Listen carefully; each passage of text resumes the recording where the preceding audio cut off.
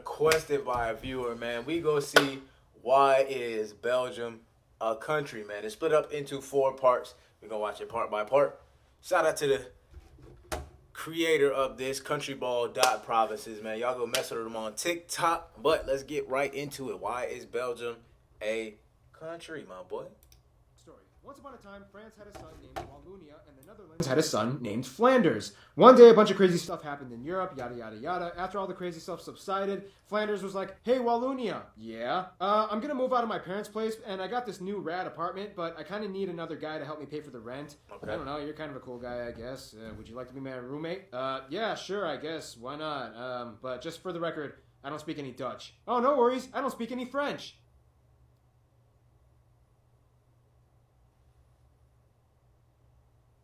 Is that it? And that's how Belgium became a country, kind of. Okay, so you don't speak Dutch, you don't speak French. Geography. No! Hey everybody, I'm your host, Paul Barbato. You've all probably at least heard of the name Belgium, and if you have, congrats! That's not enough. Let's dissect the flag. First of all, the flag of Belgium looks like the flag of Germany, knocked over to the left side, but just keep in mind that the color sequence is black, yellow, red, not black, red, yellow. Also, the flag has an unusual proportion of 13 to 15, making it almost a square. The flag's colors are directly correlated to the country's coat of arms, the black representing the shield and determination, the yellow representing the lion and generosity, and the red representing the lion's claws and tongue and the crown, as well as bravery and strength. Speaking of strength, you're going to need a lot of it to understand this next part. We are very strong. If you're going to learn anything about Belgium, the one thing you have to understand is how the country is split up. This is very important, so pay attention, Brandon! What? Azerbaijan? Dude, that was like 8 episodes ago! First of all, Belgium is located in Europe, right under the Netherlands, and northeast of France, right at the foot of the North Sea, next to the English Channel. In the most fundamental way I can put this, Belgium is divided into 3 regions. The Dutch, or the Flemish-speaking North region, called Flanders, the South, or French Walloon region, called Wallonia, and the capital, Brussels, acts in itself as a 3rd region, and functions in a completely bilingual way. Most of the people in Brussels speak both Dutch and French, however French is a little bit more prevalent. Got it? Okay, good, because we're not done. Each of the Flanders and Wallonia regions are then divided into 5 provinces each, making a total of 10 provinces. Brussels doesn't count and is considered its own region, not belonging to either Flanders or Wallonia, even though technically it's completely engulfed in Flanders. But then again, the region around Brussels has a French administrative area around the city called the BHV, or the Bruxelles-Alvivoud County, in which large numbers of French minorities live and can be judged in French, even though it's in Flanders. Still with me? Good, because it gets even crazier. The French also have administrative centers in the southeast and the southwest regions of Flanders, and a Wallonian municipal exclave in the West Flanders province called Commune Wagneton, even though most of the people there speak Dutch. Furthermore, the Flemish have one municipal exclave in the Liège province in Wallonia called Vuren. Oh, we're just getting started. Then you have the German-speaking minority in the east of Wallonia in the Liège province, whom are making propositions to create an 11th province called Uten-Saint-Louis. Speaking of Germans, Belgium, let me tell you a little story. Once upon a time, France had a son named let's go to part 2, man. Speaking of Germans, Belgium has a lot, and I repeat, a lot of weird territorial claims and boundaries. For one, there are technically 5 German exclaves hidden right along the border of the Liège province in East Belgium. However, these exclaves are only separated from mainland Germany from a Belgian train track, the Venbahn, which is no longer in use. This means that you can be in Germany and only have 10 meters between you and Belgium between you go back into Germany. The smallest of these German exclaves that makes sense, is just a small house near the German town of Kosen with a front yard less than 2 hectares in area. Oh, but wait, there's more. That doesn't make any sense. I'm not gonna lie. Town of Barelnassa and Barelhertog, in which there are 22 Belgian enclaves in the Netherlands and 8 Dutch enclaves in Belgium, 7 of which are counter enclaves, or a part of the Netherlands in Belgium in the Netherlands. These borders at first make no sense. Apparently they cross awkwardly through streets, buildings, restaurants, stores, and even houses. A person can literally wake up in one country and shower in the other. The rule is, whatever side your front door is on is the country that you pay your taxes to. What? The reason why it's so confusing is because the lower long story taxes short, I'm there's a coming guy to ruling air. an area called Henry I, Duke of Brabant, who gave parcels of land to Godfrey II of Schoten, who ruled the area to the east, in an attempt to build an alliance so that his enemy Dirk VII wouldn't expand his influence. Long story short, Henry's land became Belgium, and Godfrey's land became the Netherlands. To this day, the 2 countries have stayed true to Godfrey and Henry's agreements, and have split the land exactly how they did. Okay. But wait, we're not done just yet. What is that Finally, we sound, have the bro? confusing Lys Rivière Canalari River in the border between the Walloon province of Hainaut and France. Starting in the town of Halou in France, this river zigzags for about 26 kilometers with multiple river islets and land pieces that act as penne enclaves until it all stops in the town of Armentières. Each side has an equal 7 enclaves each along the river. Okay, now let's talk about the landscape. It's mostly flat outside. Bro, I don't the like city, that sound, bro. Forests, You have to change that lush and sound up, green. bro. However, the worldwide fund for nature ranked Belgium pretty low in terms of their environmental performance, and the water quality was the lowest in the EU, mostly due to the high population density. Belgium isn't really agriculturally driven. I mean, economically, most of their revenue comes from machinery, pharmaceuticals, diamonds, many of which were imported from the Congo. We'll explain about that in a little bit, and service and industry jobs as well. Okay, that's about it. Moving on.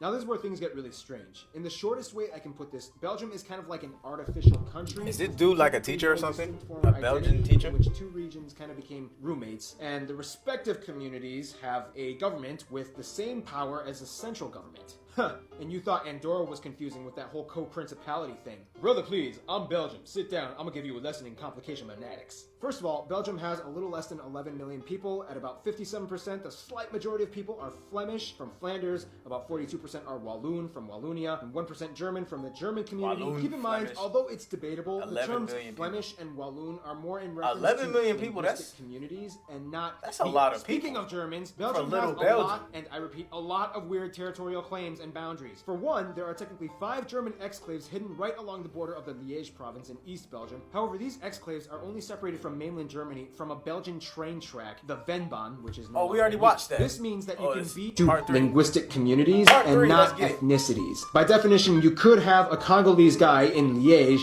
identifying as a Walloon and a Moroccan guy in Antwerp identifying as a Fleming. As long as they speak the languages and become citizens, that's pretty much it. In terms of race, though, about 77% of the people identify as ethnically Belgian, and the remaining 23% identify as non-Belgian in origin, some of the largest groups being Moroccans, Italians, Turks, and even Congolese from the Democratic Republic of Congo, as it was a former Belgian colony, along with Rwanda and Burundi, which is where a lot of the diamonds we talked about earlier come from. The Belgians even took over a small part of China for a couple decades in the 20th century in Tianjin, after quickly giving it back, and to this day, pictures from the Belgian Chinese colony are some of the rarest photos you can find in historical archives. As we mentioned, Belgium has 3 distinct regions: Flanders, Walloon, and Brussels. However, regions weren't enough, and so Belgium decided to split things up even more into communities. Due to the German-speaking minority, predominantly in the southeast, Belgium created a semi-mediary third community, even though only 1% of the country actually speaks German, less than the amount of people in Belgium who actually speak Arabic, and has instituted 3 separate governments and parliaments, one for each language group: the Dutch,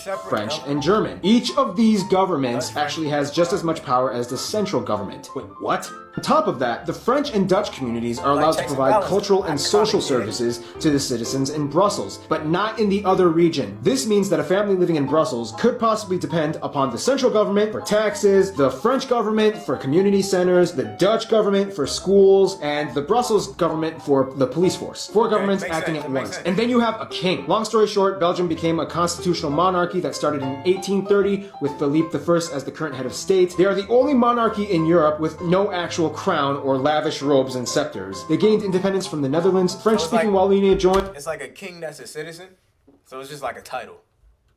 I guess? No.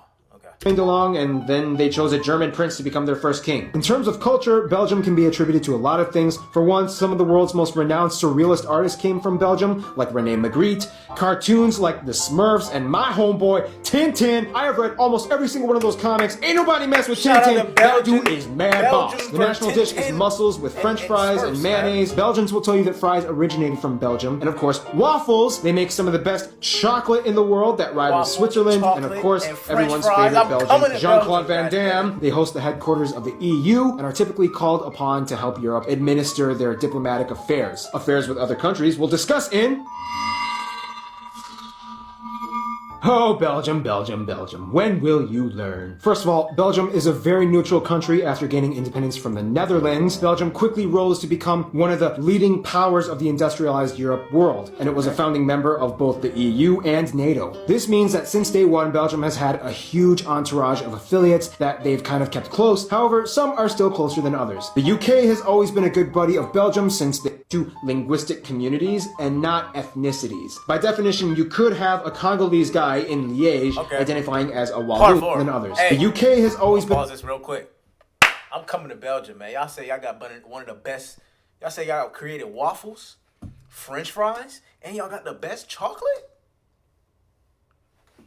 I'll see y'all soon, Belgium. A good buddy of Belgium since they played a pivotal role in the independence of Belgium. The US is also a good friend, and to this day, they still commemorate the Battle of the... Yes, sir, man. Shout out to all my Belgium folks out there, man. We are friends.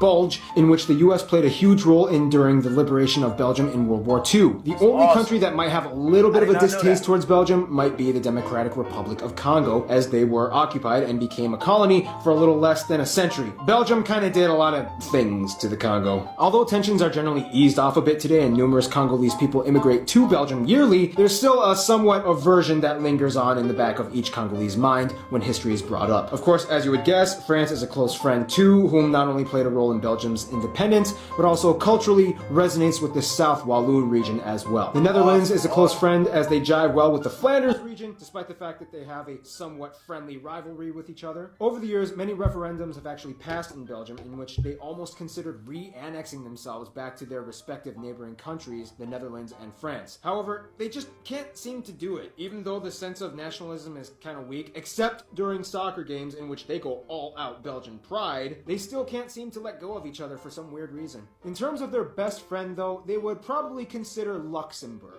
Luxembourg is kind of seen as like the little brother of Belgium and has been there with Belgium since the very beginning. They were even for a short while part of Belgium after independence, and their own monarchs, Philip I and Grand Duke Henry, are actually cousins too. In conclusion, Belgium is disputably the most confusing politically engineered country in all of Europe, and by all means it makes no sense how they've kept it together for almost 200 years, but they actually did somehow. Belgium, we dip our fries in mayonnaise to you. Stay tuned. Whoa, I know he did not just say we dip our fries in mayonnaise. No, sir. No, sir. Belgium, you got it. If y'all dipping y'all fries in mayonnaise, you got it. Keep it. I don't want it. Please. No, I'm joking. I'm coming to Belgium though, man. For them waffles, man. Hey, man, if you like that, man, go ahead and like, comment, subscribe, man. Appreciate countryball.provinces for that video, that part 4 video, man. It was pretty lit, man. He sounded like a Belgium teacher, man. Spitting them facts about Belgium, man.